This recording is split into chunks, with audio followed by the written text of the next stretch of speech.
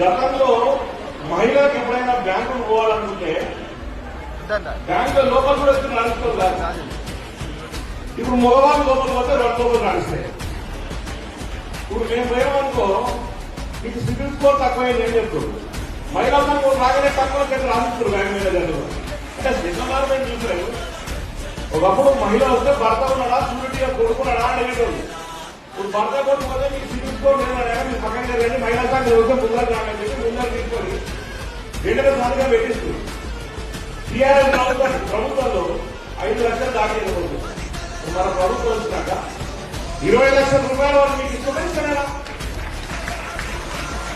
మీ భర్తల కంటే మీరే పైకి వెళ్ళిందా లేదా? ఉందా లేదా? పైకి అయిన రోజు చేరు పెట్టండి, ఇదే రోజు తిని పెట్టండి. సగం మంది ఇస్తలేరు ఉందా? మీకోసమే ప్రజాప్రభుత్వం, మీ ముఖంలో చిరునవ్వు ఉండడం కోసమే ప్రజాప్రభుత్వం.